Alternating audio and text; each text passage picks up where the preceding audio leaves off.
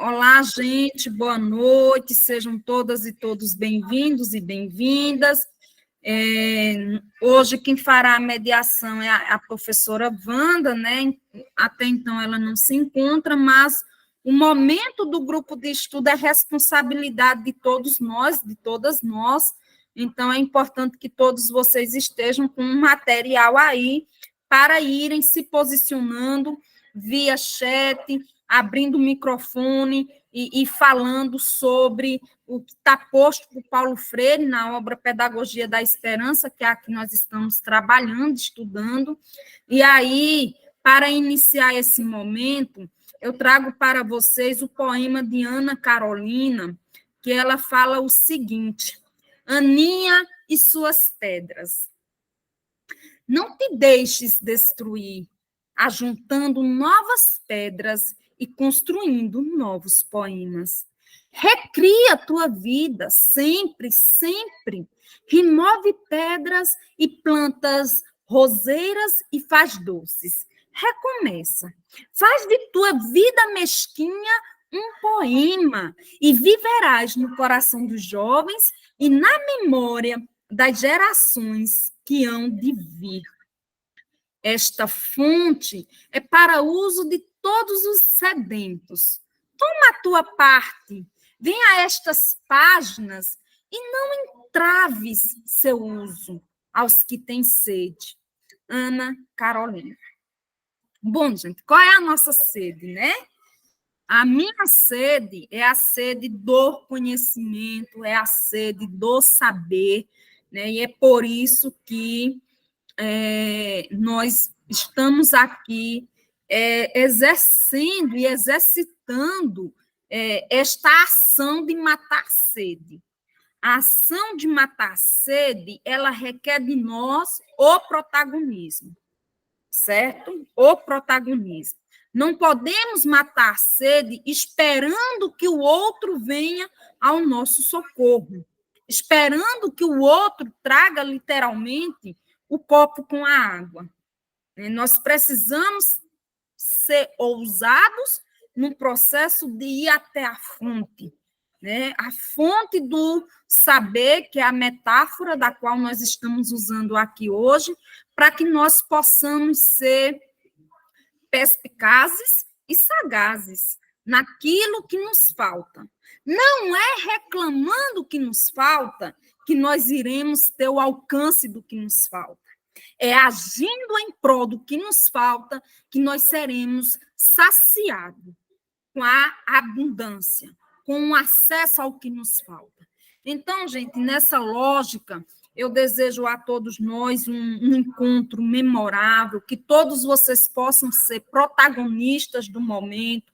Eu peço para que Emanuele coloque aqui a obra, certo? Para que todo mundo possa ir acompanhando a leitura, né? Nós estamos trabalhando a obra Pedagogia da Esperança, um reencontro com a pedagogia do oprimido, e aí nós estamos já a partir da página 68, a página 97, que eu peço que vocês possam fazer esse debruçamento. Em relação à leitura da ata, até então, Daiane não se encontra, pergunto a você, Emanuele, se assim você quer realizar esse momento. Senão, a gente já vai para os informes. O que é que você sugere, Emanuele? Professora, só um segundo que eu estou falando aqui com Wanda, viu? Só um segundo. Ok. Então, gente, nós vamos para os informes, certo? O informe que eu tenho é para falar sobre os eventos, né? Nós temos 2 eventos acontecendo. Na verdade, eu estou com um mês lotado de eventos, né? Começa dia 13 e dia 14 com a CEPIA, um evento presencial que está acontecendo aqui no SERES, que quem quiser se inscrever, já pode se inscrever, que ele está disponível na página de Siga Eventos, viu, Jeová? E aí, tirando esse evento do dia 13 e dia 14, no dia 20, nós temos a Semana da Consciência Negra, né? Está acontecendo o Saaras, que aí, Emanuela, eu peço que você disponibilize os links desses eventos, do evento da CEPIA e do evento do Saaras, que serão presenciais, para quem quiser se inscrever e participar, tá certo? E no dia 20 de novembro também eu estarei coordenando um eixo com o professor César Bueno na PUC, né? Será um evento online, e no dia 24, que não vai ser mais 24, vai ser o dia 17 de novembro, eu estarei em sala de aula falando sobre o sistema de alfabetização de Paulo Freire, né? Com uma ação que será coordenada pelo professor Irinaldo, fui convidada para tal, e no dia 30, né, nós temos 2 eventos, que é o pré-colóquio, certo? Que eu conto com a presença e a participação de todos vocês. O pré-colóquio vai acontecer no IFRN, que eu também peço para que a Emanuele divulgue o link de inscrição, né? As inscrições vão até o dia 10, com a apresentação de trabalhos, tá certo? E no dia 30, à noite, tá, gente? Aí não é mais nenhum informe, sabe, Jeová? É uma convocação, viu, Serjane? E eu estou chamando o nome destas pessoas, gente, porque elas são daqui, né? Fora Ana Cecília, Érica, Emanuele, a Rita de Cássia, né? As pessoas que... Luana, as pessoas que são aqui do SERES, para se fazerem presentes, né? À noite, onde nós vamos estar apresentando este coletivo para os professores. Virá um professor de Roraima, virá um professor do Paraná e virá um professor do Rio de Janeiro. Então, nós temos 3 visitantes e todos nós... E Joseane, né? Joseane aqui também. Todos eles, e nós somos os anfitriões destes visitantes, para nós recepcioná-los da melhor forma possível e fazer uma ação bem bacana para apresentar o nosso coletivo, né? Tanto que eu tenho divulgado aí no nosso grupo, e eu peço atenção a estas questões. E para finalizar esse informe, eu também peço que todos vocês atualizem o Lattes de vocês e coloquem-se como membros desse grupo, tá certo? Vocês precisam pôr no lentes do grupo de vocês. Olá, Wanda, seja bem-vinda, querida, que vocês são membros ativos do GEPIF, tá certo? Bom, por hora, estes são os meus informes. Eu gostaria de saber... Quem quer falar, Jeová já está na frente. Por gentileza, Jeová, faça uso da palavra. Depois, Emanuele levantou a mão. E depois, Virna. Não, Virna não. Wanda, eu ouvi, né? Os meus atrapalhamentos. Wanda vai dar continuidade apresentando aí o material que ela... Ai, gente, estou falando de Wanda e não botei ela para entrar. Oh, meu Pai eterno. Wanda, querida, seja bem-vinda. Eu falando de você e havia esquecido de colocar você para entrar na sala, tá certo? Jeová, por gentileza. Boa noite, pessoal. Que bom, mais um encontro, mais uma segunda-feira aqui para a gente discutir Paulo Freire e uma obra tão grandiosa como essa, que é o reencontro de Paulo Freire com pedagogia do oprimido, né? Que é uma obra tão instigadora, que fez de Paulo Freire ser conhecido e reconhecido mundo afora, né? Então, é com muita alegria que a gente nos reúne mais uma vez para discutir os ensinamentos desse homem extraordinário. E aí a gente tem alguns informes também, né? Dizer que quinta-feira que vem, eu, Maria, Daiane, Aparecida Oliveira, nós estaremos numa live no Instagram do Comitê Territorial de Educação Integral, discutindo e fechando um projeto que nós estamos aí há 10 lives, comemorando os 10 anos do Comitê aqui de Educação Integral do Rio Grande do Norte, e a gente convida todos para se fazer presentes, haja vista que é uma ação online, né? Então, vai ser às 20 horas, lá no canal, no Instagram do comitê, que é @edintegralrn. E dizer também que quem é aqui da região do Seridó, dia 8, quarta-feira, pela manhã, vai estar acontecendo em Jucurutu a primeira audiência pública da construção do Plano Seridoense de Educação Integral. E aí, quem for aqui do Seridó e quiser ir para Jucurutu, sinta-se aí convidado, né? E reforçar mais uma vez, além da participação nesses eventos que a Aparecida coloca aí para a gente, convidar para que vocês participem do Pré-Colóquio Paulo Freire, que é uma ação construída por esse coletivo. Então, sintam-se todos convidados, vai ser aqui em Caicó, como a Aparecida já disse, dia 30 de novembro. Então, organizem aí as suas passagens, quem é de fora, ainda dá tempo de se organizar e vir aqui conhecer a capital do Seridó, que é Caicó, e discutir Paulo Freire com esse povo aqui presencialmente. E Maria está dizendo aí que no dia 1º vai ser em Angicos, né? Lugar onde Paulo Freire desenvolveu a brilhante experiência de alfabetização de jovens e adultos e que vocês conhecem aí, de pelo menos já ter escutado falar. Vai ser 2 dias intensos e de grande construção e de grande articulação desse coletivo. Então, como a Aparecida disse, venham-se embora, venham para cá, para Caicó, e depois vamos para Angicos. Então, era isso, Aparecida. Obrigado.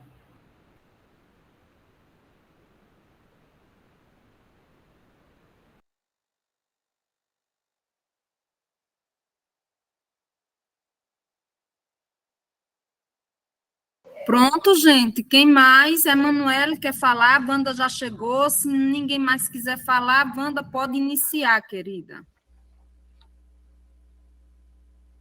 Oi, boa noite, Aparecida. Boa noite, colegas. Tudo bem com vocês?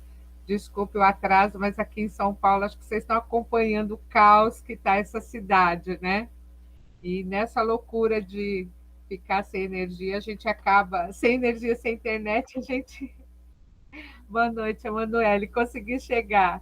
Desculpe aí as atrapalhadas normais aqui. Bom, eu preparei uma dinâmica assim, para a gente começar a tratar da parte, né, que vamos fazer hoje, que seria da página 67, né, até a 90 e... Deixa eu pegar aqui, porque eu escrevi, mas já perdi um pouco. Ô, Wanda, Oi. Enquanto você pega aí, deixa eu só colaborar aqui com uma coisa que, Pois não. Que eu penso que faz com que a gente entenda um pouco da sua fala e da sua leitura aí, que nossos bolsistas prepararam um card aí com muito carinho, com sua imagem, um pouco da sua formação, e eu estava vendo agora para ver quem é Wanda, né? Porque as nossas formações e nosso percurso acadêmico, desde os lugares que a gente fala, eu gosto muito da simbologia das lentes, são as lentes que a gente recebe durante esse percurso que é formativo, que é a estrada da nossa vida. E aí eu estava vendo aqui, eu penso que é bacana a gente dizer isso, né? A Wanda, ela é doutoranda em Educação pela Funiber de Florianópolis, Santa Catarina, está com o processo de matrícula aí em pausa, né? Mas a gente sabe que ela está nessa luta aí pela construção desse doutoramento. Mestre em Ensino de Ciência e Matemática pela Unixul de São Paulo, ela é psicopedagoga institucional, clínica e hospitalar pela Unif de Florianópolis, tem direito educacional pela FAUC de São Paulo, dialoga sobre aspectos voltados para os diálogos restaurativos, como comunicação não violenta, um tema tão importante para a atualidade, sobre cultura de paz e de justiça. Tem também formação em direitos humanos feministas, sobre a União de Mulheres de São Paulo, e também educação, democracia e direitos humanos. Wanda, esses últimos aspectos que eu coloquei são especialização ou são temas de interesses que você tem? E aí você fica à vontade, hein? Ah, tá. Nossa, obrigada. Obrigada, mas é bem isso mesmo. Você tem toda a razão. Essa questão dos interesses que nos movem, né, pela vida e também pela necessidade da vida, né? Eu sou uma pessoa, eu me defino basicamente como uma estudiosa. né, do conhecimento humano, né? E principalmente acho que uma grande parte disso eu devo à minha primeira professora, que foi minha tia lá no sertão do Ceará, né, que eu via ela dando aula para os meninos, né, dos sítios vizinhos, e eu queria muito aprender, eu queria aprender, queria saber que mágica era aquela que fazia com que aquele bando de criança adorasse a minha tia e quisesse adotar minha tia. E era motivo de ciúme também, porque eu não queria dividir minha tia com ninguém, né? E a vida na educação me despertou para muitos pontos que até então eu percebia, mas que eu não tinha com quem conversar e não tinha liberdade para isso. Lembrando que eu sou de uma época em que pais não conversavam com filhos e não explicavam as coisas para os filhos, né? Principalmente se tratando de família nordestina, né? E filha mulher que pergunta demais. Eu lembro que eu tinha um tio que falava assim, Vandinha perguntadeira. Lá vem Vandinha perguntadeira. Então, essa Vandinha perguntadeira, ela continua existindo. E cada vez mais. Então, cada coisa que eu fui aprendendo foram abrindo mais ainda a minha mente, os meus questionamentos, porque eu queria saber, aprender, eu queria conhecer, né? E então a escola para mim sempre foi um mundo muito importante, muito mágico. Por quê? Porque tinha a magia de aprender, né? E também naquela época, Vandinha perguntadeira, e numa época em que se falava muito que você dependia do estudo para tudo, né? E eu queria sair daquela realidade que a gente vivia de família pobre, um monte de filho passando todo tipo de necessidade. Eu queria aprender e eu via no estudo essa oportunidade. E cada aula que eu tive em toda a minha vida, eu sempre procurei aprender algo que pudesse me ensinar mais e me possibilitar aprender mais sobre o mundo, que a única oportunidade que eu tinha de aprender sobre o mundo era na escola. E eu sempre aproveitei e tento aproveitar ainda hoje o máximo possível. Essas duas formações aí, as últimas, né, que eu coloquei nesse resumo, é o seguinte: foi exatamente pela necessidade, interesse junto com a necessidade. Então, para mim, são os dois lados da mesma moeda, né? Então, eu estou terminando, dia 11 agora, é a minha formatura num curso. Não é considerado um curso de graduação, porque trata-se de uma ONG, não é uma instituição de ensino, mas nós teremos um certificado, né, da União de Mulheres de São Paulo, onde eu aprendo a respeito de direitos humanos voltado para a mulher, para as questões femininas. Tá? Então, nós estudamos desde lá de trás da Declaração dos Direitos Humanos, todas essas declarações mundiais, até chegar aqui no Brasil, que possibilitaram com que nós chegássemos aí à luta na Constituinte, né? Inclusive, algumas das professoras desse curso são mulheres que participaram da elaboração da Constituinte.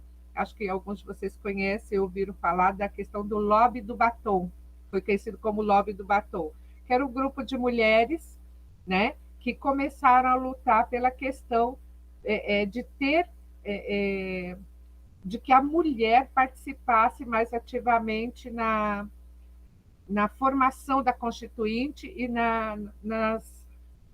apontando pontos importantes da Constituinte e que a Constituição deveria contemplar algumas coisas em relação aos direitos da mulher, porque naquela época dizia-se que o homem podia matar a mulher para lavar a sua honra com sangue, caso ele desconfiasse de que havia sido traído ou que a mulher não estava sendo uma boa escrava, vamos colocar assim, né? Doméstica, né? Uma boa serviçal doméstica. Então, tinha aquelas coisas que não é muito o nosso foco aqui hoje, mas que vou fazer um link de tudo isso com o Paulo Freire. Então, dentro dessas questões de busca pelo direito, pelo estudo do direito, eu sofri algumas questões de violência doméstica, tá? Muito graves. Eu estou viva hoje porque Vandinha Perguntadeira resolveu perguntar para os livros de direito, ia na biblioteca, pegava os livros de direito, e eu ia vendo que eu sabia que tinha uma lei chamada Constituição Federal, e tinha uma outra, mais antiga ainda, chamada Declaração Universal dos Direitos Humanos, que dizia que todos nascem iguais perante a lei, e que ninguém poderia... todos nascem iguais perante a lei, independente de sexo, religião, né, e tudo mais. E aí tinha a Constituição Federal, que eu sabia, né, a nova Constituição Federal de 88, que eu estudei bastante na faculdade também, e participei, inclusive, de algumas passeatas aqui em São Paulo, na época da luta, né, para a formação da Constituinte. Fiz alguns cursos também, né? Inclusive um deles tem um título muito interessante. Eu fui levado pela minha professora de História. O nome do curso era Constituinte é a Mãe, 3 pontinhos, da democracia. Né? Então, desde essa época que eu descobri que eu era um ser humano, que apesar de ser mulher, eu tinha direitos, eu não tinha só obrigações. Então, isso foi muito importante. Né? E essa questão de violência doméstica e tudo mais, foi o que eu já, com essa base, eu me aprofundei mais nos estudos para me defender, e defender a minha família, né? Defender a minha família e sobrevivermos até hoje. Então, nessa parte aí desses cursos voltados para os direitos humanos, vem dessa necessidade, dessa vivência e desse interesse, desses questionamentos. E fazendo isso, me apareceu a oportunidade de fazer esse curso presencial aqui em São Paulo, da União de Mulheres de São Paulo, onde eu aprendo mais a unir essa questão dos direitos humanos e direcionar para educação de mulheres e meninas, que é o meu foco no momento, que já me fez repensar todo o meu doutoramento, tá? Porque eu aprendi coisas maravilhosas na teoria e na prática, né? E isso tudo está me constituindo mais do que como profissional, como pessoa, como indivíduo e como mulher que tem muitas responsabilidades com aqueles que estão perto de mim, e também como educadora. Tá bom? Respondi? Respondeu sim, Wanda. Muito obrigado. E aí a gente pode iniciar de fato aí o diálogo a respeito da obra de Paulo Freire. Ok. Eu vou começar. Eu não sei se todos que estão participando, se tiverem aí, ou tiverem como providenciar, a hora que vocês desligaram aí as câmeras, providenciar uma folha de papel sulfite ou papel ofício, uma caneta, bem arcaico, caneta mesmo, ou lápis, não tem problema, e uma tesourinha sem ponta, tá? E vocês puderem providenciar e deixando aí, enquanto eu vou falando aqui, pode ir ouvindo e prestando atenção, para poder fazer uma dinâmica. E depois eu vou pedir para que vocês mostrem o que eu vou pedir, ligando a câmera um a um para acelerar a participação. Mas começa... Isso, tá? E a minha eu deixei lá na outra mesa, vou ter que ir lá pegar depois.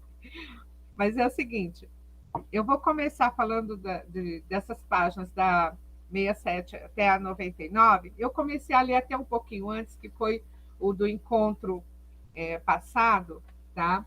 Que eu achei que seria interessante pegar esse link de onde parou no encontro passado para a gente começar a trabalhar. E eu lembro que a colega falava bem na questão do jogo de cartas, né? No jogo de cartas, de que o pessoal utilizou para se aproximar, né, dos trabalhadores, assim, né, foi uma técnica, né, de aproximação, de quebra de gelo das pessoas para poder ir criando um vínculo e, mais tarde, solidificando para poder, então, abrir espaço, entendimento e verificar também a disponibilidade, conhecer um pouco do terreno onde eles estavam para a questão da educação, né? Então, eu acho, isso é muito importante. Por quê? Porque a partir todo educador, ele conscientemente ou inconscientemente, mas aquele que tem uma sensibilidade maior, mesmo que não tenha uma formação acadêmica, mas que tenha no coração aquela vontade de ensinar algo de bom para alguém, o seu instinto vai dizer isso, que ele tem que se aproximar de um modo da melhor forma possível, do modo mais lúdico possível, né, das pessoas, para poder entender e permitir também uma aproximação e permitir que essas pessoas se permitam, se abram para absorver o conhecimento e queiram esse contato. Porque sem isso, qualquer tipo de aprendizado é difícil, qualquer tipo de relacionamento é difícil. Nós sabemos isso nas nossas salas de aula. Tá? Vou citar um exemplo muito prático, que eu também vivi, porque a minha experiência na educação, como professora, começou com a matéria mais amada do mundo, que é a matemática. E o preconceito que os alunos têm, as dificuldades e a raiva que eles têm em relação ao aprendizado da matemática, isso tudo acaba se estendendo para o professor de matemática. Então, quando você fala, oh, beleza, bom dia, boa tarde, boa noite, mas quando você fala, oh, eu sou fulana de tal, sou professora de matemática, os sorrisos se fecham, os semblantes se fecham e se transformam por causa de toda a história que eles têm com a matemática. Que isso é um assunto para uma outra conversa, mas que eu também aprendi estudando Paulo Freire, né? E depois um outro estudioso que vocês provavelmente conheçam, que foi o Biratan D'Ambrosio, né? Que ele pega um pouco das experiências também no ensino de Paulo Freire, né? Ele bebe um pouco na fonte de Paulo Freire também, tá? Então, essa questão de, a partir daí, você conhecer também e ir dimensionando e tomando pé, como a gente diz, né? Se embasando em quais são os níveis de conhecimento das pessoas com as quais você vai lidar. E, para isso, eu peguei uma figurinha aqui que eu acho que muitos de vocês conhecem. Vou tentar aproximar aqui. Os 3 macaquinhos da sabedoria. Todos estão vendo? Todos conhecem? Né? Estamos sim, Wanda. Oi? Sim, estamos sim, viu? Inclusive fizemos aqui também os gestos, foi bem assim. Alguns eu consegui ver, né? Então, por quê? Na educação, infelizmente, a gente tem essa situação, né? A maioria não quer falar, aliás, alguns não querem falar, outros não querem ouvir, outros não querem ver, né?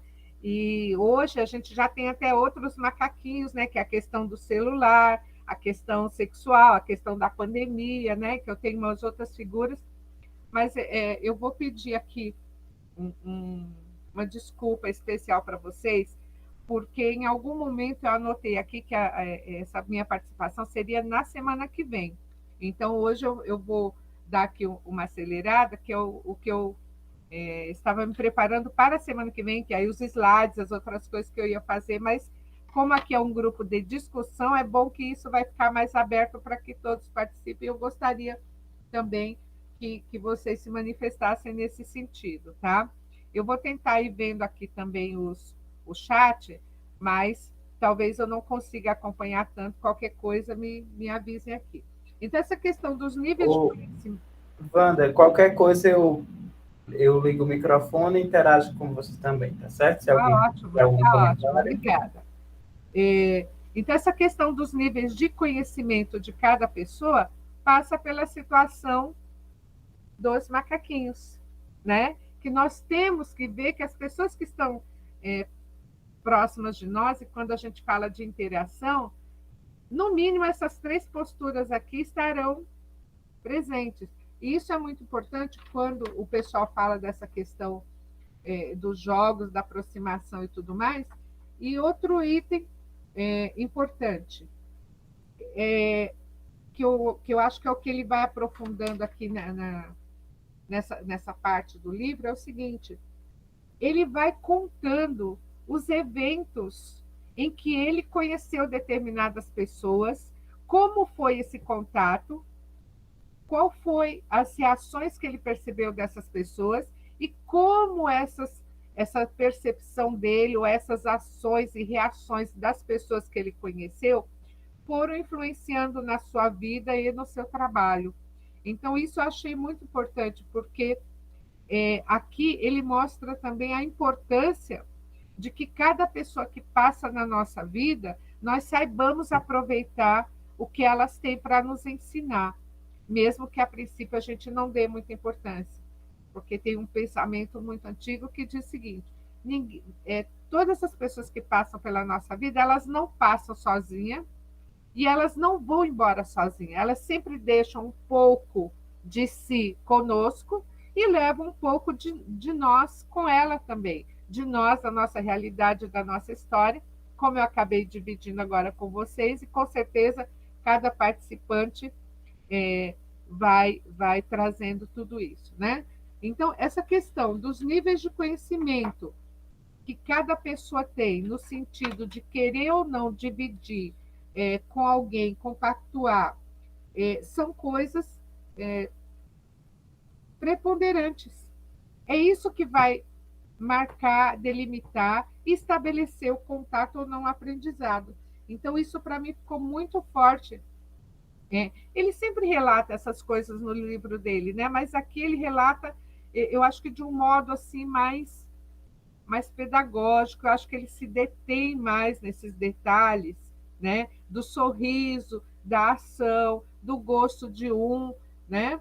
Eu achei muito interessante quando ele falou da questão de quando ele foi recebido pelo chefe, o chefe da fazenda, né? Em que levou ele para se hospedar na casa dele. Ele achou, nossa, o chefe da fazenda chegou lá, era uma casa muito simples, sem luz elétrica, que nem banheiro tinha. E aí ele teve que ir no banheiro lá embaixo do pé de mangueira, né? E à noite, então, quer dizer, e o banho são coisas básicas que quem nunca passou por situações dessa não consegue imaginar, ou então vai se melindrar, né? Que é uma palavra que o nordestino conhece bem, né? As pessoas podem se melindrar com essas coisas. Não, mas eu me chamo aqui para vir aqui para quê? Para não ter um banheiro, não ter um chuveiro quente, né? Não ter um ar-condicionado. Então, são coisas muito interessantes nessa questão. Eu não vou me deter em fazer assim meio página a página, mas alguns pontos importantes eu coloquei aqui. Foi o seguinte, que a questão da importância de que as pessoas não tenham medo da liberdade e que elas... Diga, Jeová. Não, Wanda, essa parte que você fala, né, da chegada dele lá no lugar que é um lugar extremamente remoto, né, e assim, e que ele... O que me chamou a atenção foi como que ele reagiu e como ele agiu, né? Ele reconhece, sobretudo, o lugar de privilégio que ele tem. Ele diz isso, né? Ele diz que ter banheiro em casa, só por ter um banheiro em casa, já coloca a gente num lugar de privilegiado, né? Com quem não tem um banheiro. E ele reconhecer e ter a humildade de aceitar isso, porque inicialmente ele mesmo fica aqui meio, numa sensação, eu entendo que ele fica meio constrangido por perguntar sobre o banheiro, né? Porque aquilo diz da vida das pessoas, né? E depois ele aceita aquilo, porque de fato é isso, é reconhecer que a gente tem em algum determinado lugares, e algumas pessoas, não todos, acesso a coisas que outras não têm, e isso por si só já nos coloca na condição de privilegiado. Acho que entender isso me lembrou muito da época que eu estava atuando como professor no campo, e os meus alunos não tinham banheiro em casa, sabe? Que foi muito significativo. E na época eu já ficava pensando, dizer, meu Deus do céu, com bacias as pessoas tomavam banho, né? E eu lembro que eu já tomei banho de bacia, eu sei o quanto é gelado, eles acordavam muito cedo, né? Então, isso por si só já coloca a pessoa numa condição de privilégio, que a gente às vezes pensa que é uma coisa simples, né? Mas isso diz muita coisa. Então, só para não passar despercebido esse sentimento que ele teve e a grandeza de reconhecer a condição dele. Perfeito. E eu vou aproveitar esse exemplo e puxar um pouco aqui para a realidade, né? Imagine vocês, bairros inteiros aqui de São Paulo que estão sem energia, e alguns sem energia e sem água desde sexta-feira. Para pessoas que é só abrir a torneira e tem lá água, fica horas embaixo de um chuveiro, entendeu? Que fica esguichando lá, lavando o carro, horas e horas, alisando, lustrando o carro, a calçada e tudo mais, e que agora, tá, não tem energia para tomar um banho, que não tem energia para carregar o celular, que não tem água para cozinhar, entendeu? Eu, como saí aí do sertão pequena, mas eu ainda me lembro de muita coisa, e mesmo por onde eu morei enquanto criança, as condições da gente de retirantes sempre foi bastante precária, eu não tenho qualquer dificuldade em colocar água numa bacia ou num balde e, como eles falam aqui no sul, tomar banho de canequinha, quer? Pegar a canequinha e ir jogando aqui na cabeça, entendeu? Porque, para mim, isso eu já passei por isso, eu sei como é, já tive essa experiência, então não é nenhum melindre, não é um horror, olha, mas o povo aqui de São Paulo está se horrorizando pelo vexame de ter que tomar banho de canequinha ou de ter que controlar um banho com, sei lá, 10 litros de água. No Nordeste, se você tiver 2 litros de água para tomar banho, pelo menos na época em que eu saí daí, né? Era uma bacia de água para minha mãe dar banho nos 4 filhos. E uma bacia, vamos colocar aí, talvez não tivesse, sei lá, 10 litros de água. Entendeu? Então, essa questão da experiência de vida, da nossa história, da nossa caminhada, a gente não se envergonhar, não menosprezar, não querer esconder. Eu digo isso hoje com mais certeza ainda, exatamente por todos esses aprendizados. E cada coisa que eu aprendo me mostra mais isso, o quanto é edificante e dignificante para uma pessoa ela saber onde ela está, ela até ter uma noção de onde ela quer chegar, do que ela deseja, mas principalmente ela nunca esquecer de onde ela veio. Nunca. E isso eu peço encarecidamente a vocês. Nunca esquecer de onde veio e valorizar cada experiência. O que é ruim, eu digo, vamos esquecer, deixa para lá, não vamos falar nisso, não. Eu acho que assim, aquilo que eu não posso usar de imediato, fica guardadinho, serviu como lição. Foi aprendizado. E nada do que a gente aprende é desperdiçado. Em algum momento da nossa vida, a gente vai aplicar. O que não pode acontecer é a gente achar, não gostar do que passou, do que aprendeu, e querer ignorar isso e deixar isso para lá. Então, Paulo Freire fez isso. O que ele passou, o que ele viveu, cada momento, ele registrou nisso aqui. E o que mais pega... Por quê? Porque isso é liberdade. É você ter consciência de quem você é. Né? Lembrar isso, Jeová, sempre das nossas raízes. Eu costumo dizer o seguinte: nós precisamos ter ciência de que temos asas, mas a gente ter ciência e consciência de que as nossas asas só nos levarão aos nossos sonhos se as nossas raízes forem bem sólidas, né? Se elas forem sólidas, se elas forem firmes, porque senão a gente cai no primeiro vendaval, né? E aí volto a retomar a realidade que eu acho que tem pessoas, né, de São Paulo aí participando também, né? Ou de estados também, o sul, que está sofrendo demais com tanta chuva, com tanta água. O que acontece?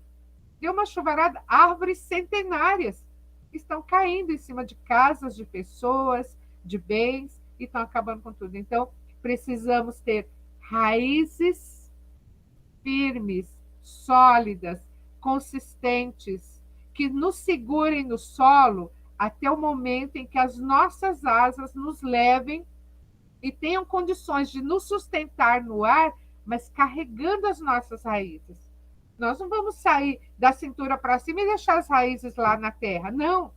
As nossas asas têm que ser tão grandes quanto nossas raízes, exatamente para a gente poder valorizar e poder ter bagagem para educar as novas gerações, para a gente não ficar usando a técnica dos 3 macaquinhos de sabedoria. É um sinal de sabedoria? É, mas às vezes é um sinal de quem não quer enfrentar os caminhos da sabedoria, né? Então, algo que ele põe aqui muito para mim é o seguinte: a questão de que nós, qualquer pessoa, mas desde que seja, podemos ser mecânicos, físicos, pedagogos, pedreiro, marceneiro, biólogos, é a certeza, o acesso a uma posição crítica, mas também vigilante, indagadora, em face não só à tecnologia, mas também em relação a tudo que nós vivemos. Porque se eu não tenho esse olhar, né, vigilante, primeiro, observador, vigilante, indagador e crítico, a gente se torna fantoche de qualquer um, né?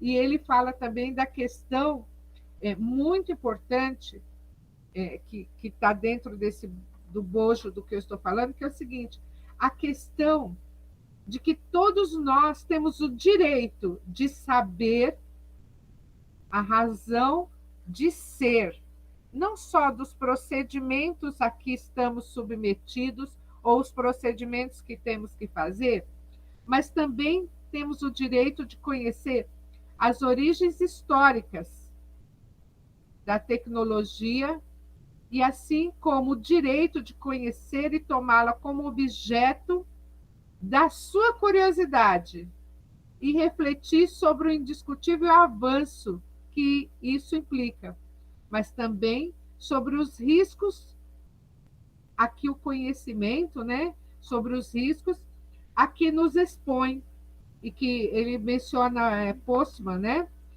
sobre a questão do trabalho e tudo mais, mas eu não vejo aqui só a questão do trabalho, eu trago isso para a vida, como ele sempre disse.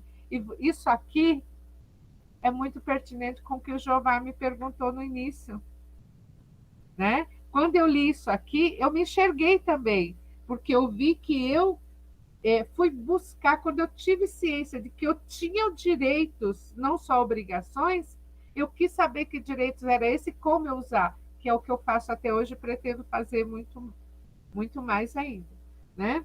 Então, essa questão que ele menciona de Postman é essencial.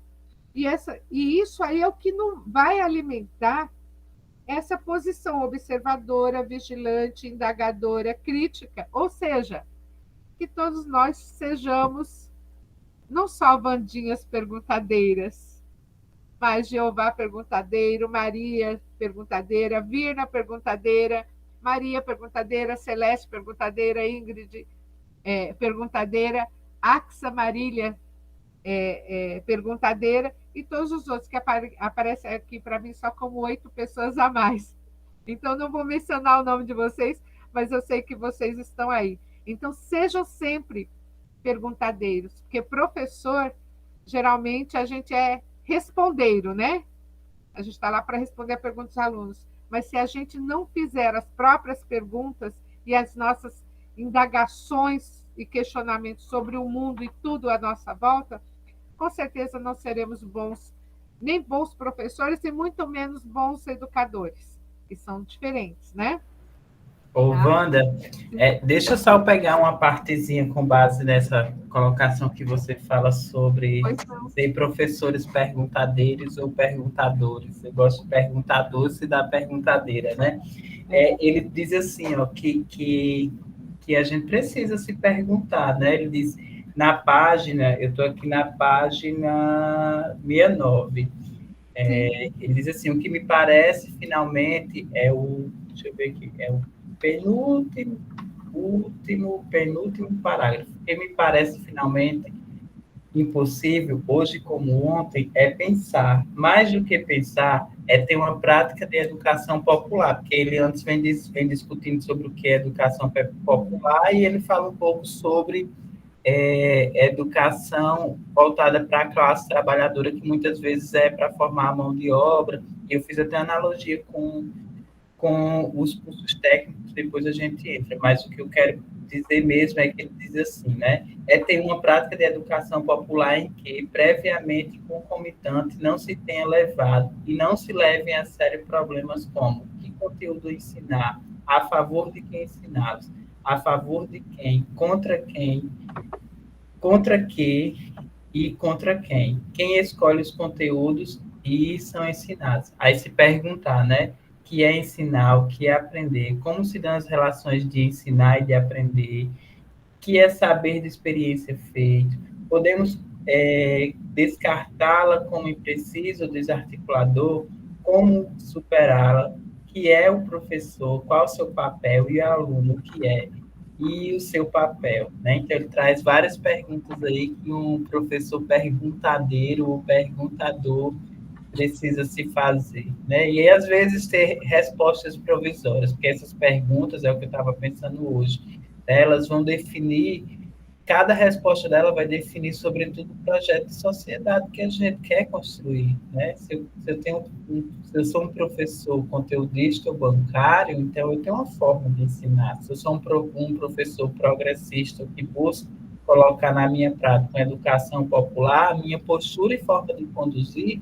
vai ser outra. Então, eu preciso me perguntar sobre isso, inclusive perguntar se eu estou colaborando de forma coerente para o projeto que eu quero colaborar, né? Então, essa sua fala do professor, perguntador, perguntadeiro, eu lembrei dessa parte aqui e queria compartilhar.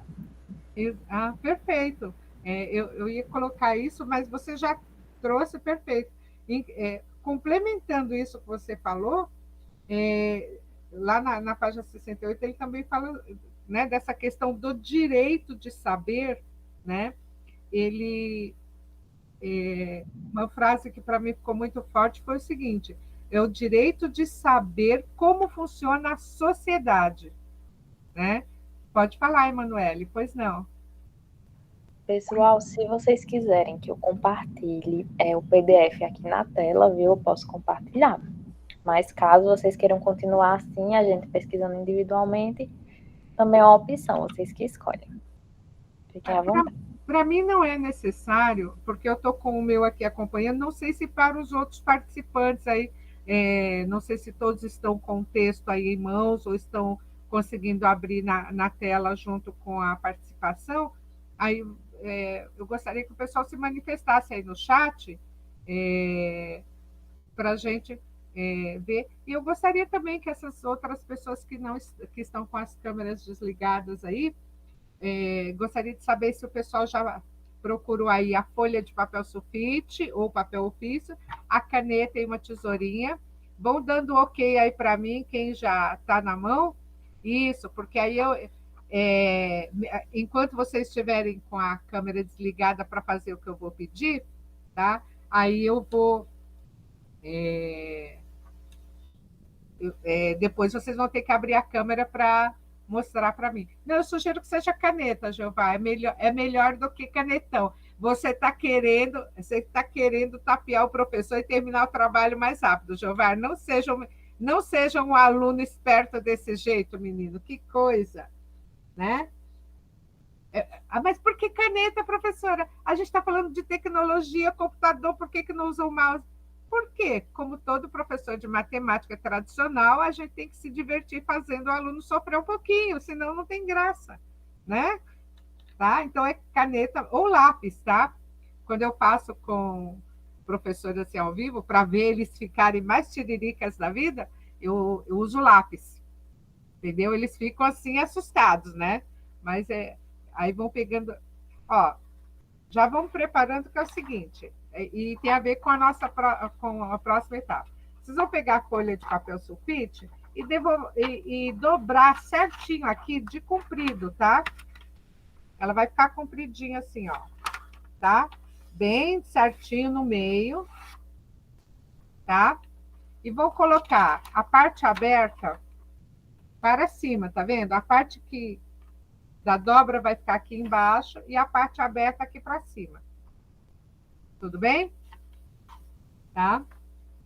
Eu vou desligar minha câmera um minuto para poder pegar ali a minha tesoura para ensinar para vocês, mas enquanto isso eu vou falando dessa questão aqui do direito de saber como a sociedade funciona, porque quem não questiona, quem fica só quietinho, dizendo amém e fazendo como macaquinho assim, ou fazendo assim, ele nunca vai entender como é que ele nunca vai exercer o seu direito de saber como é que a sociedade funciona, qual é o papel dele na sociedade, qual é a ideologia que ele está seguindo, qual é a ideologia que estão tentando colocar na cabeça dele, né? Quem está tentando manipulá-lo e como está tentando fazer isso, ou seja, ele não tem consciência de quem é, de que indivíduo ele é, de qual é o seu papel na sociedade, né? E também a questão do ensino técnico, né, que o Jová trouxe, que ele fala um pouco mais lá na frente, isso é mais ainda, porque algumas pessoas acham ainda, infelizmente, inclusive agora, nos últimos 4 anos, nós tivemos aí um retrocesso, não só devido à pandemia, mas devido ao tipo de governo que tivemos aqui nesse país, totalmente excludente, em que está se tentando e plantaram raízes fortíssimas aqui em São Paulo, através do governo estadual, no sentido de que, atrás de uma ideia de valorização do ensino técnico, em que o foco deve ser aprender apenas a mexer com máquinas, o aspecto técnico das profissões, estão, com isso, anulando e menosprezando a importância e o valor de que o indivíduo pense e analise o que está à sua volta, além do mundo do trabalho, porque nós não somos apenas peça do mercado de trabalho, nós somos indivíduos que temos que ter esse direito de saber como funciona a sociedade, questionar para poder nos posicionarmos, e é isso que nos últimos anos não nos foi permitido, ou pelo menos foi minimizado, e que é exatamente essas situações como essa que Paulo Freire combateu a vida inteira e que ele manifesta que combate em todas essas reuniões, esses países que ele descreve, que ele visitou, que ele aprendeu, as pessoas, os chefes de Estado, os chefes de governo com que ele dialogou, exatamente na esperança de que, através da educação, ele pudesse aumentar, ajudar e proporcionar às pessoas que se autoeducassem, que se autoavaliassem, que conhecessem a sociedade em que estavam inseridas e que pudessem participar da transformação para chegar num ponto que seria mais relacionado com aquilo que eles sonhavam, almejavam, né? Ou seja, fazer com que as pessoas, através da educação, pudessem saber como as outras pessoas sabem, como as outras pessoas aprendem, fazem ou fizeram, e como isso é importante, né, dentro da vida de um indivíduo. Tá? Pois não, mais alguém? Gente, vocês estão muito quietinhos. Se vocês deixarem, eu falo. Pode seguir. Eu falo 3 dias seguidos, hein?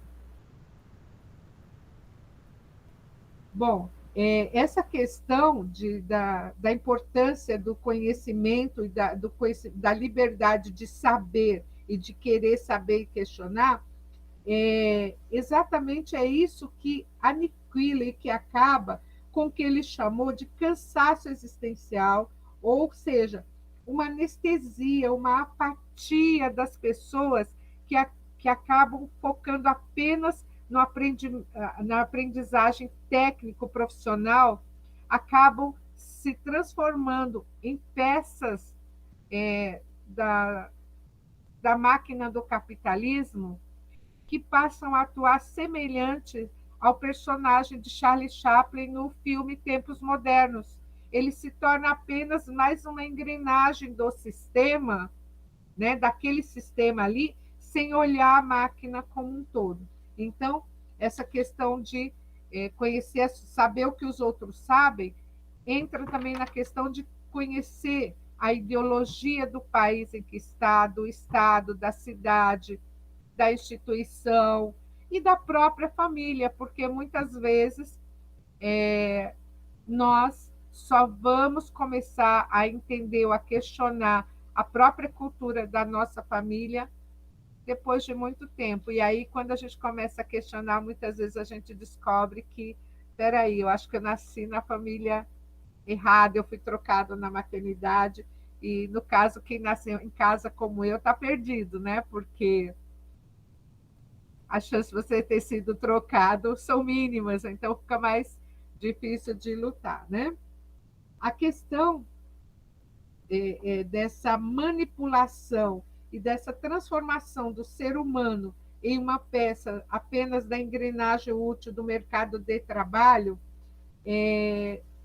causa, né, e aumentam muito os riscos de esquecimento de quem ele é como indivíduo, como ser humano, como o caso que ele narra na questão de um grupo de espanhóis, né, que estavam morando na Suíça, né, e cujos filhos frequentavam a escola suíça, porém não tinham acesso a nada sobre a cultura que eles traziam, né? É como se eles tivessem que apagar, que esquecer tudo que eles tinham de noção da família, tivessem que aprender, fossem obrigados a aprender somente o que era ensinado na escola suíça, tá? Mais uma vez eu compartilho com vocês a questão de que eu passei por esse processo de esquecimento cultural, porque aqui no Sul, quando a gente chega com sotaque nordestino, aquele jeitinho de falar, de andar, né? A gente é muito discriminado, e para uma criança isso é pior, porque você é discriminado por todos, adulto, criança, vizinho, tudo, né? Mas eu acho que o amor que eu tinha às minhas raízes eram tão fortes que eu nunca pude esquecer, pelo contrário, aos poucos, as pessoas que eu fui conhecendo, eu sempre fiz questão de me posicionar como nordestina, e muitos falaram, nossa, mas não parece, você não tem sotaque, você não sei o quê, né? Mas eu sempre dei um jeito de mostrar alguma coisa das minhas raízes nordestinas para os meus amigos aqui do Sul, que não têm a menor noção do que é o Nordeste, e hoje em dia muitos já vão nas viagens de férias aí conhecer. Claro que vão com aquela visão de turista, né? Mas, por exemplo, hoje eu já vejo alguns gostando de rendas, de trabalhos manuais, gostando de crochê, de tricô, comprando peças, tendo alguns artesanatos, algumas coisas em casa, coisa que antes isso não era valorizado, né? E essa questão também ele mostra muito essa questão da aculturação e da desvalorização de algumas culturas em detrimento de outras na relação colonizado-colonizador, né? Que é bem clara, né? Dentro de não só dos outros países, mas aqui no Brasil também. E a questão do processo que resulta, né, dessa aculturação, dessa questão do medo de liberdade. E, inclusive, uma coisa que eu achei muito interessante, que ele menciona lá na página 73, para quem quiser se localizar, porque eu já estou abordando alguns pontos lá da frente, tá? Mas aqui na página 73, ele menciona o caso de uma criança que pintou um gato multicolorido, né? E que a professora pegou o desenho e rasgou, porque ela esperava que ele fizesse um gato como todos os outros, uma cor só. E aí, essa criança, a professora disse que ele desenhou um gato que não podia existir, porque era um gato multicolorido, provavelmente fez um monte de, né, cada risquinho de uma cor e tal.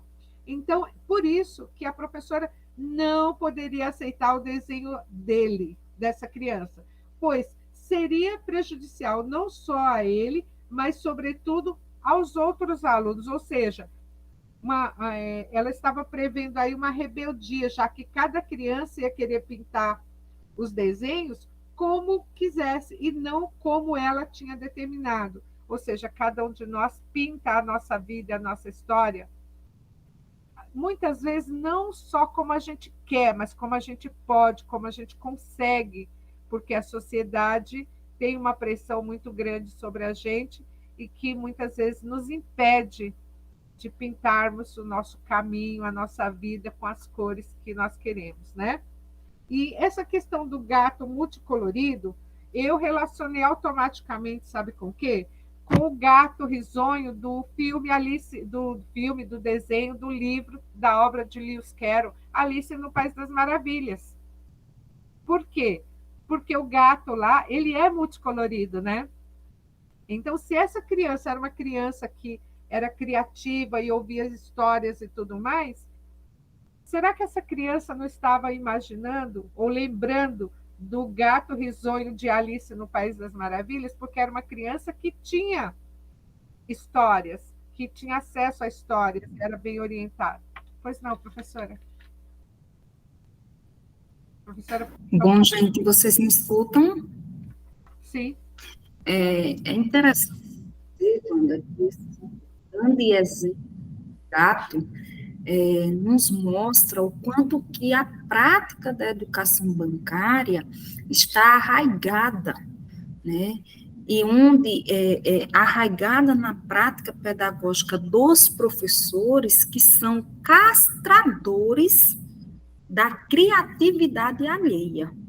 Porque quando se pede para desenhar, quando nós damos um modelo, nós estamos querendo não um desenho autoral, mas nós estamos querendo um ato de cópia, né?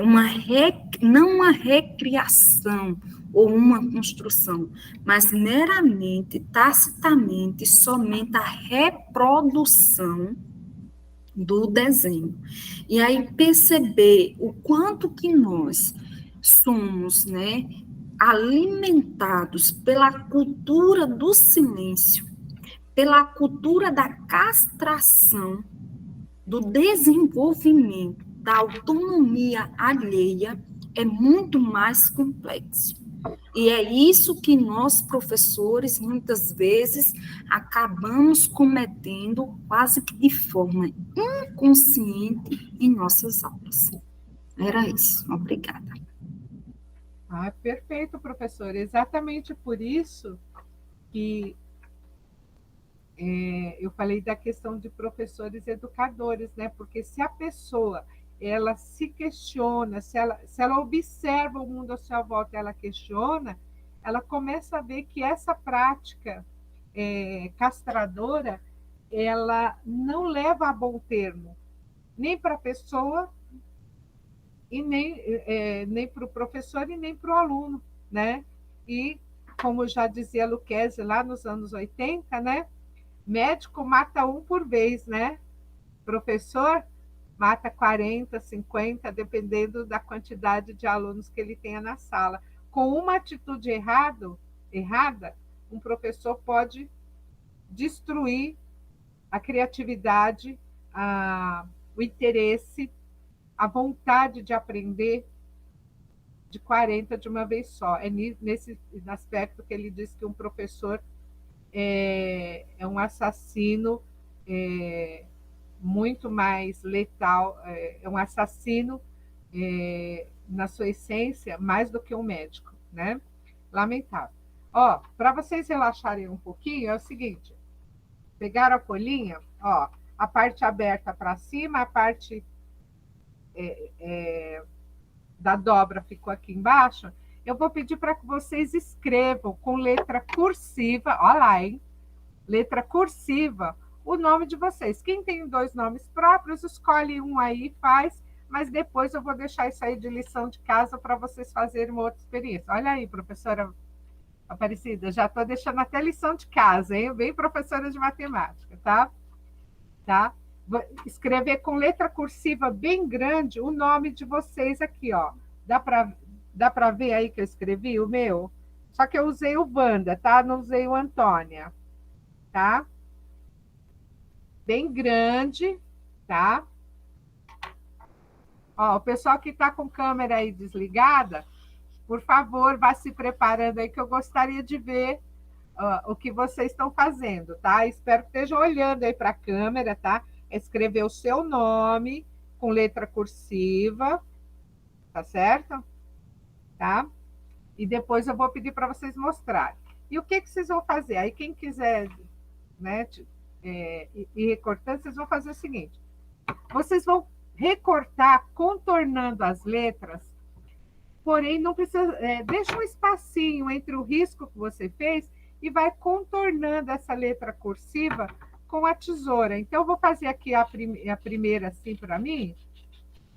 E a parte de baixo, vocês não cortem, vocês deixam ela aqui, tá?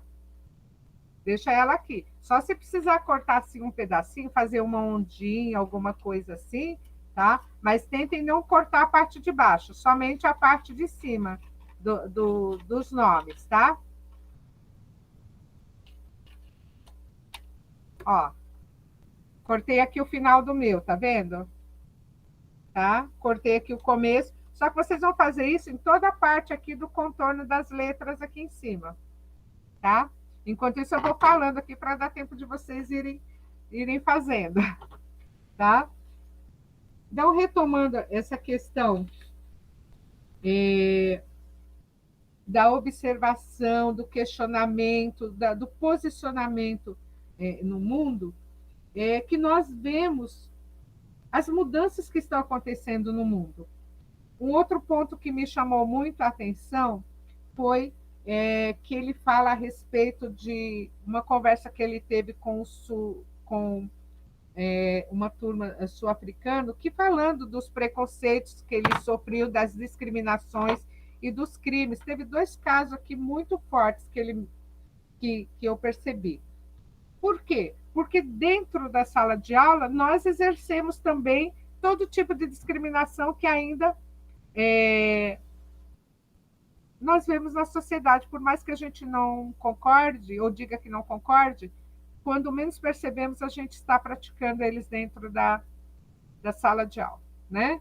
E aí ele fala da questão de um sul-africano, e todo mundo revoltado com as coisas, que ele diz o seguinte, que quando estavam fazendo as orações, né, que eles eram obrigados a fazer as orações na igreja, tal, e na hora de rezar ali o Pai Nosso e tudo mais, né, ele dizia o seguinte,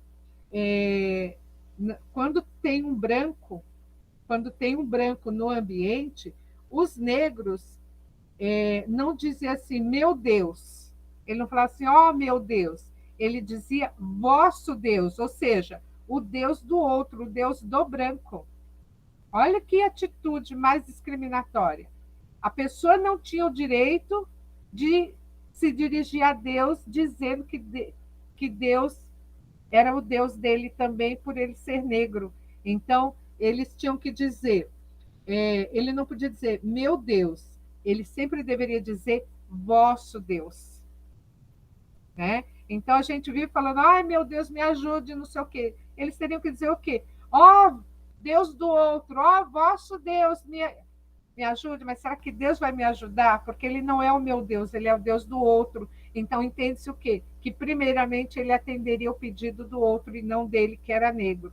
Né? Então, isso foi um caso muito, muito importante dessas andanças, dessas vivências que ele teve. E uma outra coisa também que me chamou a atenção foi um outro momento aqui, que ele fala da questão de um homem negro que foi pendurado numa árvore, que foi morto por um branco, né? E esse branco foi condenado a pagar o que seria aí, vou colocar em reais, né? Não é essa, porque ele colocou lá em outra moeda, seria o preço da multa por ele ter matado esse negro, seria o equivalente a R$ 1.200. Tá? E a multa determinada pela justiça falou assim: mas como ele era negro, não sei o quê, olha, então faz assim, essa multa você vai pagar em 5 anos para a viúva, e você vai pagar mensalmente o valor que seria, vamos colocar aí, em R$ 43. Imagine uma vida de um ser humano, tá? Ser classificada pelo fato de ser negro, né? Ser tão desvalorizado a ponto de ser pago em 5 anos para a viúva, ou seja, um valor irrisório que não paga uma vida humana, né? E, claro que aqui a gente está vendo aqui no Brasil pessoas serem mortas por R$ 1, por um cigarro, porque o bandido atira se não for com a cara da pessoa, se a pessoa não for rápido o bastante para entregar o celular e a carteira, né? Ou seja, aqui no Brasil, e não é só para negros, para qualquer um, ou seja, a situação de violência e de discriminação que a gente está vivendo é tão chocante quanto essa que foi colocada, né?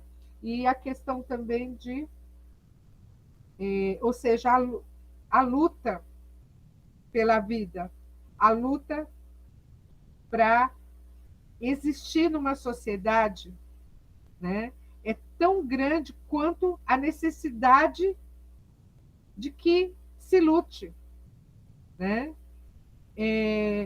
Necessidade imperiosa que a própria, como processo, coloca para a direção de correr com seriedade, naturalmente, não só no sentido da formação profissional, mas da formação como ser humano, né?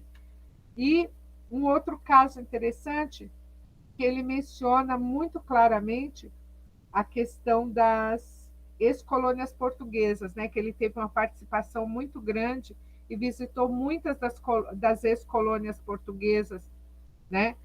Na África e na América, e em momentos em que eles lutavam pela democracia. Agora, como é que eu vou lutar pela democracia se eu não me entendo como parte dessa sociedade, né? Deixa eu ver aqui. Sim, a desvalorização do ser humano em todos os sentidos. E não é exatamente esse homem aqui que matou esse negro, era considerado, entre aspas, aí vamos colocar um homem de bem, né? Um homem de bem. Então, essa questão continua assim. Uma outra questão que ele coloca, né? Por exemplo, a questão de que na Tanzânia, né? Ele conversando com um outro colega dele, onde lá era muito, os direitos são, e continuam sendo, aqui no Brasil também são, só que ninguém tem coragem de admitir isso, mas todo mundo sabe que é principalmente quem é negro e quem convive com negros. Por quê? Se você é uma pessoa branca e você tem um relacionamento amoroso, afetivo com um negro ou com uma negra, você também começa a sofrer discriminação por parte dos brancos, como se você tivesse se tornado um negro. O mesmo preconceito, a mesma discriminação destinada ao negro acaba sendo direcionada a você. E muitas vezes dos negros em relação ao branco também, porque racismo não é só de branco contra negro, tem também de negro contra brancos, né? Isso todos nós sabemos. E esse caso da Tanzânia, em que ele fala da questão do racismo, também ser uma questão esmagadora, viva e forte, né? Não é só na Tanzânia, é em todo o mundo. E aqui também, não vamos entrar em detalhes, né? Mas, e ele menciona a questão de que lá haviam placas, né? Nos Estados Unidos também tinham, né, muito essas placas, né, na época do Apartheid, na África também, em todos os lugares da África do Sul, Blacks and Dogs Forbidden, né? Ou seja, placas nos estabelecimentos dizendo pretos e cachorros proibidos, né, de entrar. Eu deixo uma pergunta aqui para incentivar o pessoal aí a participar um pouquinho, e quero saber se todo mundo aí já está terminando com os recortes. A pessoa, eu não vi aqui, não lembro aqui o nome agora, alguém falou assim que não estava achando a tesoura. Faz o seguinte, vai rasgando aqui em cima, assim, com a mão, ó. Só não rasgue aqui embaixo, aqui tem que ficar ligadinho, tá? Vai contornando assim, rasgando, como a gente fazia quando era criança lá na escola, entendeu? Criatividade, não tem problema não. Ainda mais que a Wanda entrou atrasada, fez tudo mesmo. Tá vendo, ó? Rasga assim com a mão, não tem problema. Todos já terminaram? Isso, ó, Ricardo, conseguiu fazer rasgando, isso mesmo, tá? Essa questão, todos já, eu queria conferir aí, pode ser? Uma trégua aí. Quem gostaria de mostrar o que conseguiu fazer? Mostra, liga, professora, quer mostrar o seu primeiro? É rapidinho, gente, só para a gente ver se vocês foram bons alunos ou se não ficaram se escondendo aí, deixaram o computador ligado e foram embora lá para ver a novela das 8. Bom, eu fiz assim, mas me parece que eu fiz errado, né? Não, eu não separei as letras, não, só fiz contornar por cima. Não, tá certo, tá certo. E eu separei demais, acho que eu acabei rasgando. Não, tudo bem, então segura aí, olha lá. Parabéns, Ricardo, maravilha. Professora Maria, deixa eu ver. Ai. Aproxima, professora Aparecida, aproxima mais aí a... não, e o espacinho entre as letras aí. A professora, tinha que ser com letra cursiva, professora. Olha eu chamando a atenção da professora, gente, agora que nunca mais ela... De Ricardo ficou perfeito, ó. Eu acho que eu cortei no lado errado. Deixa eu ver, Jeová. Meu, tá horrível. Você rasgou do lado... Ricardo entendeu bem, viu? Era porque não tinha tesoura. Imagina se tivesse tesoura. Em cima tá ligadinho, Jeová? Não? Tá, então, lição de casa para você é fazer o contrário, porque a parte ligadinha tem que ficar embaixo, você não podia recortar, tá bom? Vamos ver. A Rita, mostra o seu, Rita, para o pessoal ver. Mostra mais perto da câmera, por favor. Isso. Axa, deixa eu ver. Levanta mais a câmera. Cortar em cima, ó. Aqui em cima, assim, ó. Embaixo ele tem que ficar unido. Érica, muito bem, Érica. Quem mais? Birna? Meu tá muito legal, não, tá meio estranho. Tá, ó. Cadê a parte que tá ligadinha? Deixa eu ver. Tá Eu acho que eu acabei cortando. Tudo bem, mas segura aí. Vamos ver. Emanuele, cadê você? Não fuja, não. Serjane, liga. Eu vou mandar foto no grupo, viu, professora? Que minha câmera do notebook não presta, não. Cadê as outras pessoas aqui que não apareceram? Do Jeová também ficou legal. Cadê as outras pessoas aí que não estão aparecendo, gente? Miguel, e você fez como Miguel, tá? Quem mais, gente? Cadê a Serjane? Vamos lá, Serjane.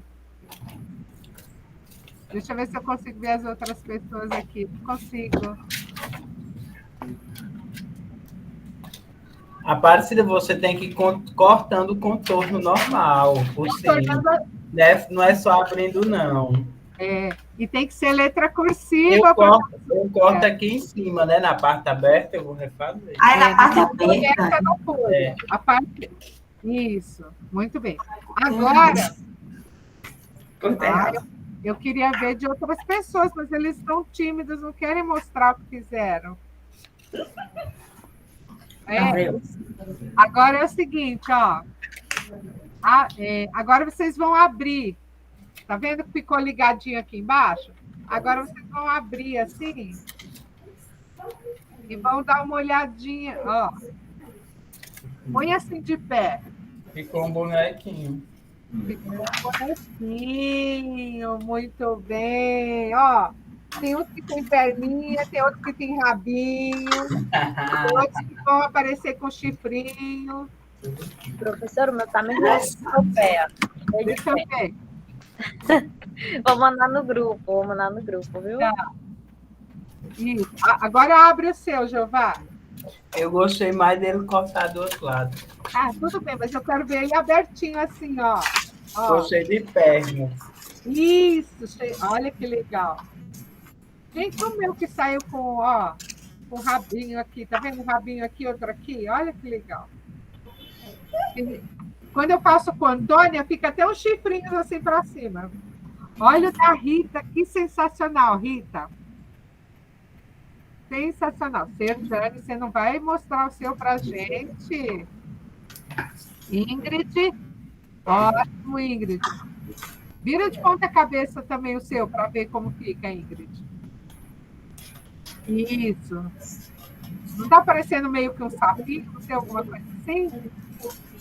Érica, mostra o seu, Érica. Eu sei que percebeu.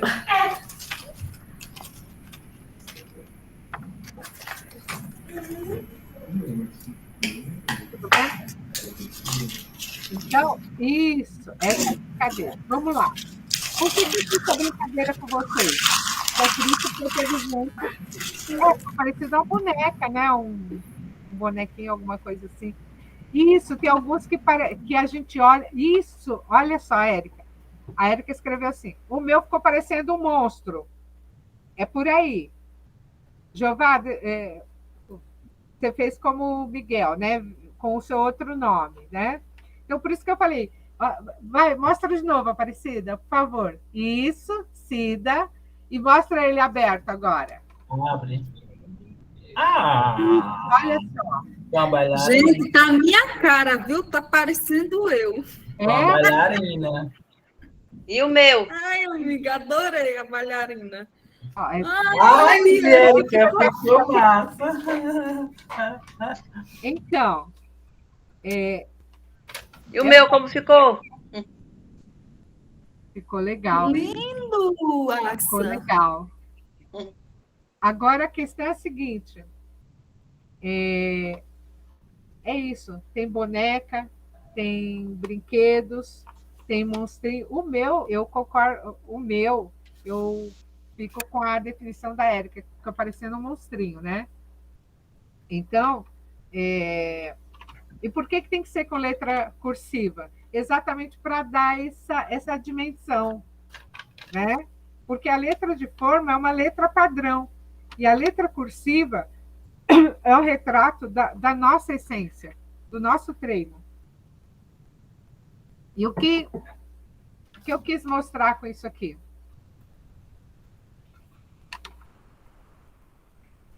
Isso aqui é o que os outros veem de nós, certo? Agora, olhem vocês para trás. Porque vocês estão vendo assim, né? Então, aqui é como as pessoas me veem. certo? Eu me vejo aqui, pelo outro lado, não é isso? Agora, a questão é a seguinte, e por dentro, quem nós somos? Como nós somos? É quando a gente se abre, quando a gente se questiona. E voltamos lá na pergunta que o Jeová me fez no começo. A minha essência, os meus interesses, é o que me molda, né? A minha essência é aquilo que eu mostro, é aquilo que está somente dentro de mim. E que nem eu vejo, e que nem as pessoas veem. Mas é a convivência, é o relacionamento, é a disponibilidade de diálogo, de construção, de entendimento, que pode fazer com que não sejamos monstrinhos como a gente se vê, mas também não sejamos bonecos de manipulação para ninguém, mas saibamos quem somos e o que queremos, né? Emanuele, é comum algumas pessoas fazerem figuras que pareçam centopeias também, tá? Dependendo do nome. Então, fica tranquila, tá? Então, é bem isso, essa questão da sensibilidade do olhar, do observar, do entender, do compreender. Mas o que é que vai me levar a tudo isso? A minha essência. O que eu sou, o que eu vivo, as minhas raízes preparam as minhas asas, né? Que é isso que Paulo Freire fala através de cada palestra sobre educação que ele deu, de cada diálogo, de cada troca de informações, né? Que nós não nos deixemos, que saibamos controlar, conviver sem nos corromper pelas regras ditadas pelos poderosos, mas que não nos tornemos também repetidores dessas regras dos poderosos para oprimirem ainda mais as pessoas mais simples e aqueles que nos são confiados quando estamos em uma sala de aula, né? Uma outra questão disso, ele aborda também uma questão que hoje está muito presente.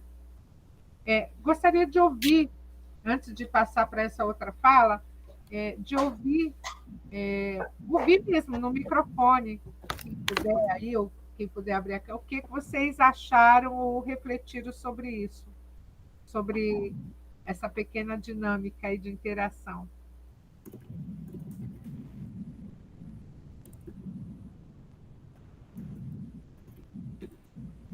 Ninguém?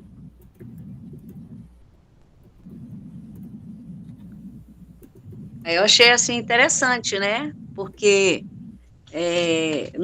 aliás, eu nem esperava isso, né?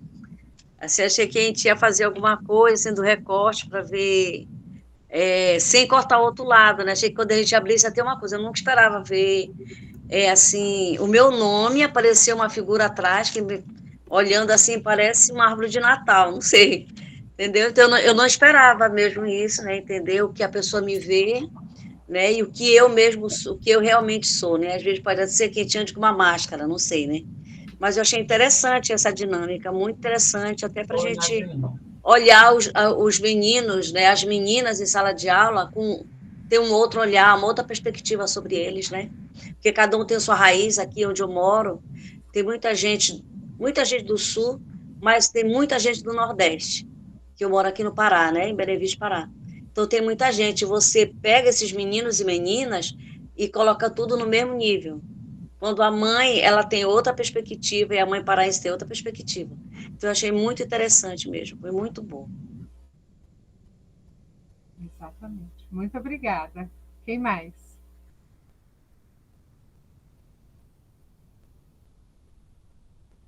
Ai, obrigada, Érica. Isso foi melhor que a minha aula de projeto de vida. É por aí. Então, gente, Wanda, só para agregar, né, eu considero essa uma atividade bastante reflexiva, né, e aí veja o quanto que da simplicidade dela, que era desenhar um nome, né, nós conseguimos extrair a complexidade indo para uma questão do campo da filosofia, né, onde nós fazemos jus à dimensão da existência humana, né? O que é a nossa existência? Nem nós mesmos sabemos dela, né? Está oculta a nós. E aí nós precisamos, inclusive, ter um autocuidado para conosco, para com as nossas emoções, porque são elas que dizem, né, que realmente nós somos, sobretudo quando nós nos posicionamos no coletivo, né?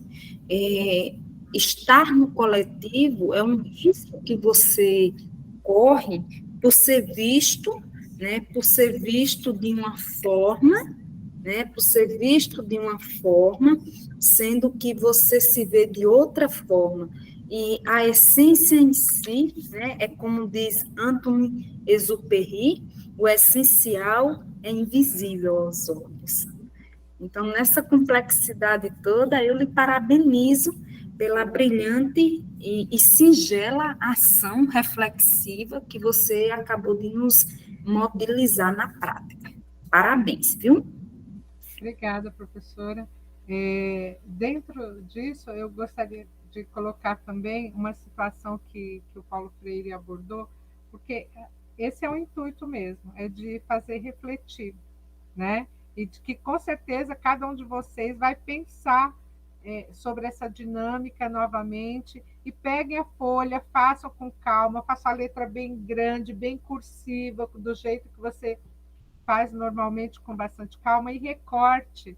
Quem tem mais de um nome, eu sugiro, como o meu caso, eu sugiro que faça cada vez com um dos seus nomes, e você vai ver também o quanto isso te leva a um autoconhecimento. Isso é importante para nós educadores, porque eu preciso ter certeza de quem eu sou, de como me posicionar no mundo, o que eu quero para a minha vida e para a vida daqueles que estão sob os meus cuidados, porque senão eu acabo agindo como linha de produção, querendo que todo mundo faça o desenho do gato marrom e não do gato multicolorido, né? Que tem muito isso. E a questão também que me pareceu muito forte foi a questão do Paulo Freire, dele ter sido discriminado no próprio hotel onde ele estava hospedado, né? Ele sentou-se lá na mesa do café da manhã e os garçons passavam por ele e pela esposa, e eu servi todos os outros e não serviam a ele. Ou seja, eu vi aqui uma discriminação ligada ao etarismo, né, que a gente fala tanto hoje, e que ele descreveu tão bem aqui. Imagine você, um casal de velhos latinos hospedados num hotel chiquetoso, né, lá em Nova York e tal, e que ele saiu de lá sem tomar café da manhã, porque durante todo o tempo que ele ficou lá no espaço do café da manhã, ele não foi servido pelos garçons. E também ele não quis solicitar nada, somente no momento que ele viu que realmente nenhuma atitude seria tomada, é que ele chutou o pau da barraca, como a gente fala, né? E exigiu aí uma situação. Aí vem aquele, me desculpe, não sei o quê, porque o funcionário não sei o quê. Quer dizer, as desculpas são as mais horrorosas e desnecessárias, porque a atitude já representou tudo, né? E também uma questão que ele fala, assim como eu falei lá da questão das placas, né, proibindo a entrada de pretos e de cachorros, tem também uma questão que a gente está vivendo muito hoje, que ele já relatava naquela época, que é a questão dos grupos, né, quererem reivindicar um espaço para representarem a sua cultura, para estarem juntos e tudo mais, mas que isso aí, de certo modo, levou à formação de guetos, né? Que o povo não fala muito, mas, querendo ou não, é uma forma de que cada um, quando o pessoal fala, eu quero um espaço para poder me reunir com seus iguais, a sociedade dominante, o grupo social dominante, que é uma minoria, né? E que domina a grande maioria, que não tem consciência da sua força, do seu poder de organização e de luta, essa maioria, quando resolve reivindicar um espaço para si dentro dessa sociedade dita democrática, ou quase democrática, ou em busca de uma democracia, isso aí acaba sendo transformado em guetos, né? Ou seja, ó, o pessoal do grupo do samba, o pessoal do grupo do pagode, o pessoal do axé, o pessoal do sertanejo, né? Estou pegando ritmos musicais porque é mais fácil de entender, mas os assuntos são o mesmo, né? É o pessoal da matemática, não, ali é o cantinho do povo de português, ali é o pessoal da sociologia, ali é o povo da química, da matemática, não sei o quê. Então, tudo isso são o quê? Formas de discriminação e de guetorização. E nós estamos vivendo esses processos hoje, e muita gente não se dá conta, que é a questão... não sei como estão em outros estados, mas como acontece aqui em São Paulo, logo se expande para os outros estados. Então, talvez isso vocês possam me ajudar. Mas é o seguinte, de uns anos para cá, de uns 10 anos, 15 anos para cá, houve uma expansão muito grande de shopping. Constroem shopping em tudo quanto é bairro. Tá? Todos os bairros. Por quê?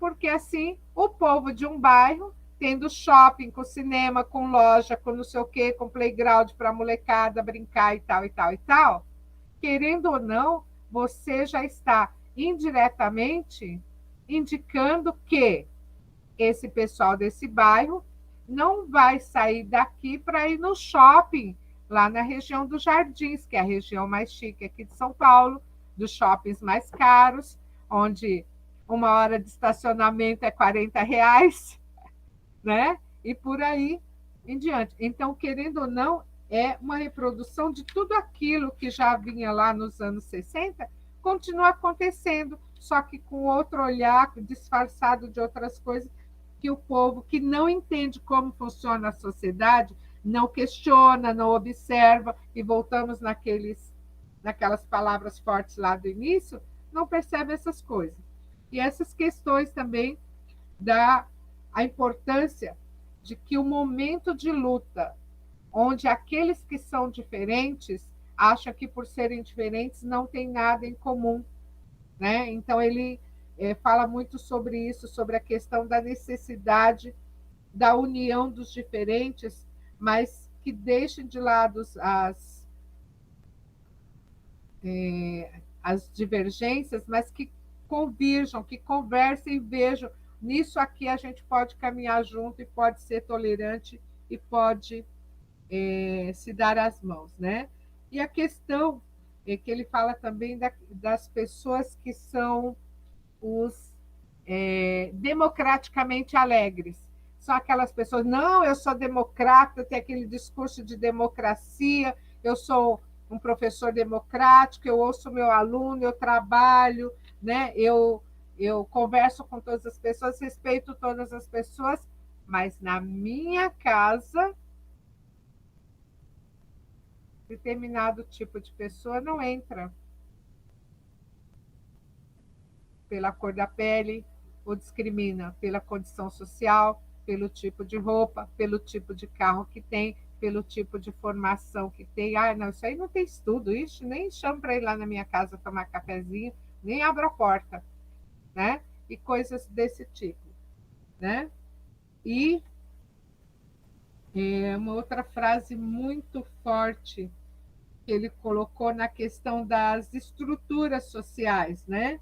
Que a sociedade, ele fala lá na página 80, é imperioso irmos além da sociedade cujas estruturas geram ideologia de acordo com a qual a responsabilidade pelos fracassos e insucessos que as pessoas tenham são criadas e pertencentes somente aos fracassados, enquanto indivíduos, né? Ou seja, não reconhecem que a estrutura social, né? Que é o que a gente chama hoje de preconceito estrutural, racismo estrutural, misoginia estrutural, todo tipo de discriminação estrutural, que muita gente acaba dizendo que imagina, isso é coisa da sua cabeça, isso não existe, é você que não se esforçou o suficiente. Então, essas questões sociais aí que acabam criando uma noção errônea nas pessoas de que é ela que não tem capacidade. Não vê a questão da segregação, da discriminação como sendo um fator estrutural e genético que está sendo reproduzido a cada momento, né? E ele diz o seguinte, que ele viu muita semelhança nas questões de lutas nos países em que as pessoas sequer aceitam colocar a questão de democracia ou de luta de classes como sendo também uma questão racial, sexual e social. Então, isso aí é uma trave, né, na questão de desenvolvimento e do que se tem como educação social. Tá? E ele fala uma frase também bastante forte. O elitismo é irmão gêmeo, e eu vou acrescentar aqui, univitelino, tá? Dos desrespeito ao outro e aos seus saberes e aos seus direitos. Ele fala o seguinte, elitismo, no fundo, é irmão gêmeo do desrespeito total ao saber e ao falar populares, né? Ele põe como populares. E eu digo para vocês que esse elitismo é um irmão gêmeo univitelino do desrespeito não só aos saberes dos outros, mas também à própria existência do outro. Porque o outro não é você. E aí eu vou recuperar o mito lá de trás, né? Quem lembra? O moço que apaixonou-se por si mesmo. Lembram? Narciso. O mito de Narciso. Narciso acha feio o que não é do espelho, já dizia Caetano Veloso? Não é isso? Então, o elitismo está pondo em prática o mito de Narciso, né? Ele está desrespeitando o outro porque o outro não é o reflexo que ele vê no espelho. E nós, como educadores, não podemos nos permitir a isso e nem nos furtar de evitarmos que esse tipo de reprodução aconteça. Certo? Professora, eu já falei demais. Pelo meu horário aqui, já super extrapolei. Gostaria de saber o que vocês acham, se já estamos no tempo, se deixamos o outro pedaço para uma outra oportunidade, se posso já pular no encerramento, porque eu tenho uma página aqui que eu relacionei muito com o nosso grupo de estudo para encerrar. Pode falar. Então, Wanda amada, você pode ir se encaminhando para os encerramentos, tá? E lhe parabenizo pela linda e pertinente condução desse momento brilhante com sua presença magnífica, tá, amada? Gratidão mesmo. Eu que agradeço a oportunidade, me chamem sempre, estarei à disposição. Vou finalizar dizendo o seguinte: em tudo que ele mostra, ele mostra a importância de trabalharmos de um modo dialético e de conversarmos com o outro, de respeitarmos o outro, de querermos conhecer o outro e de aprendermos e respeitarmos o saber do outro, né? E nesse ponto eu comparo muito a oportunidade desse grupo de estudo, que muito tem me enriquecido, porque são essas discussões, esses aprendizados que nos levam exatamente às leituras conjuntas e às discussões para nos levar a esses entendimentos, né?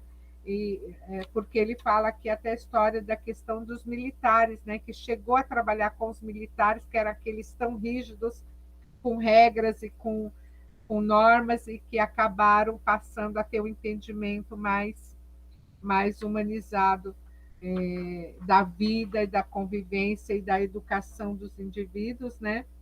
Então, que isso, o que é ensinar e aprender, né? Que são questões que não cabe a gente discutir aqui, né? Com certeza em um outro momento, porque cada um de nós tem as suas definições sobre o conceito do que é aprender, o que é ensinar dentro de cada momento.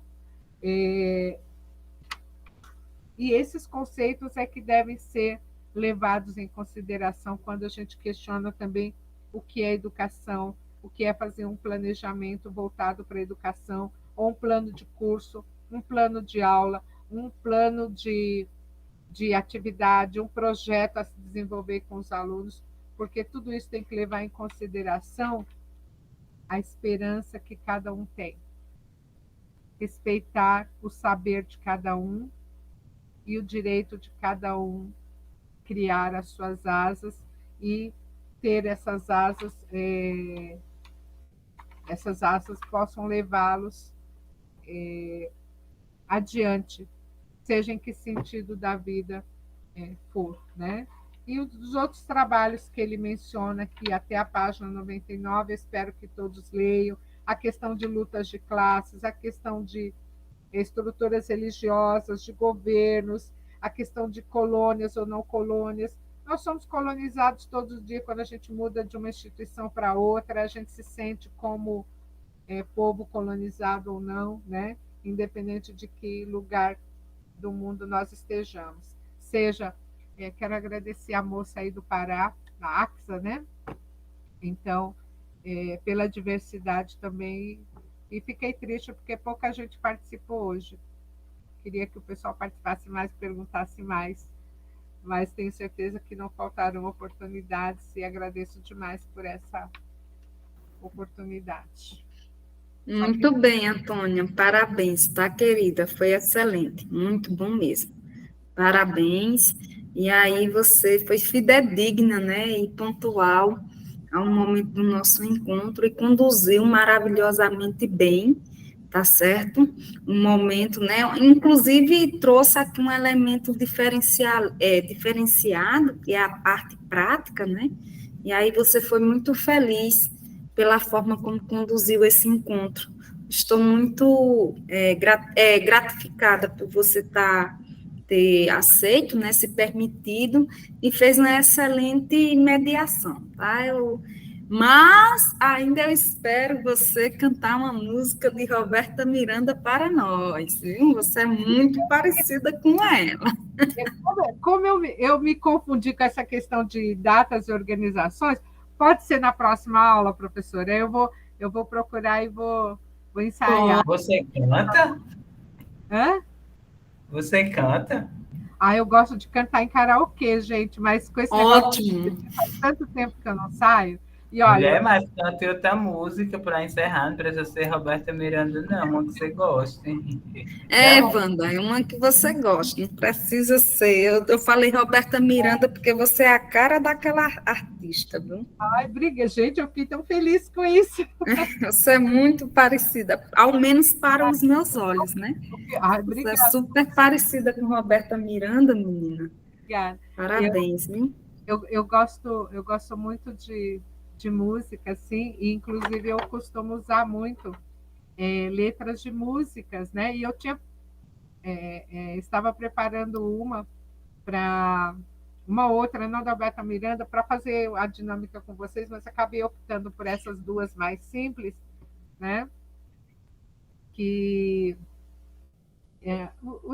uma das músicas assim, que eu tenho, que mexeu muito comigo, foi a música Trem Bala. Linda ela. Mexeu muito comigo porque exatamente fala dessa questão de valorizar, né? Abraçar os seus pais enquanto estão aqui, né?